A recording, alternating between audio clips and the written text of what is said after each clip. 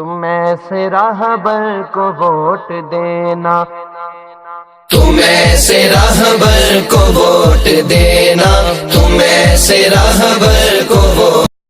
السلام علیکم ورحمۃ اللہ وبرکاتہ۔ محترم ناظرین، استقبال ہے ہمارے یوٹیوب چینل الہند اسلامی ٹیوب میں۔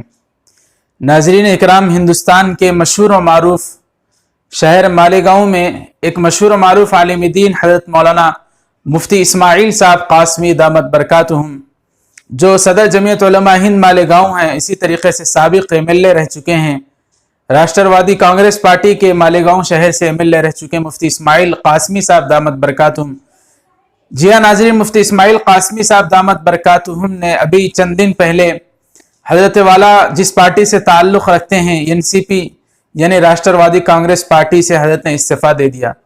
استعفیٰ کی وجہ بتلاتے ہوئے مفتی اسماعیل قاسمی صاحب دامت برکاتہم نے بتلایا تھا کہ جب طلاق ثلاثہ بل کا قانون پارلیمنٹ میں اور اسمبلی میں چل رہا تھا تو اس بل کی مخالفت، میں جس پارٹی سے جڑا ہوا ہوں NCP پارٹی نے اس بل کی مخالفت نہ کی، اور اس وقت جب طلاق ثلاثہ کا بل پارلیمنٹ میں پاس ہو رہا تھا تو NCP پارٹی کے اراکین پارلیمنٹ سے باہر تھے، جس کی وجہ سے مخالفت نہ کرنے کی وجہ سے طلاق ثلاثہ بل کو پاس کر دیا گیا۔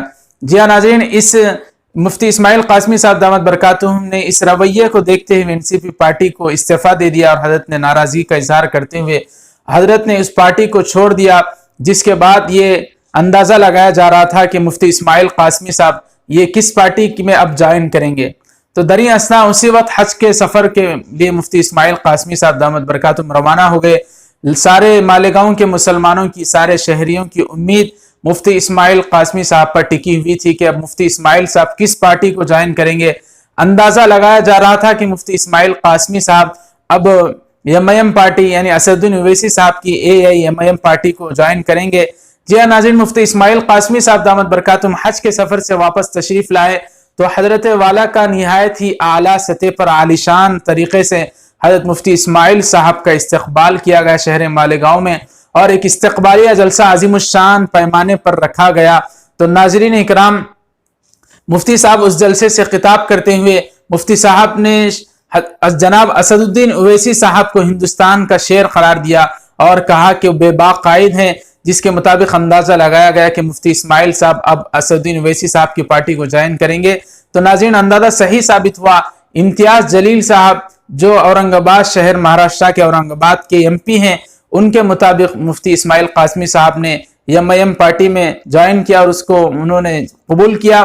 اس کے بعد مفتی اسماعیل قاسمی صاحب دامت برکاتہم کو ابھی چند دن پہلے جناب امتیاز جلیل صاحب نے وہ اعلان ظاہر کیا کہ مفتی اسماعیل قاسمی صاحب کو MIM کی طرف سے مالیگاؤں کے MLA کی سیٹ یعنی ان کو اس کا امیدوار منتخب کیا گیا۔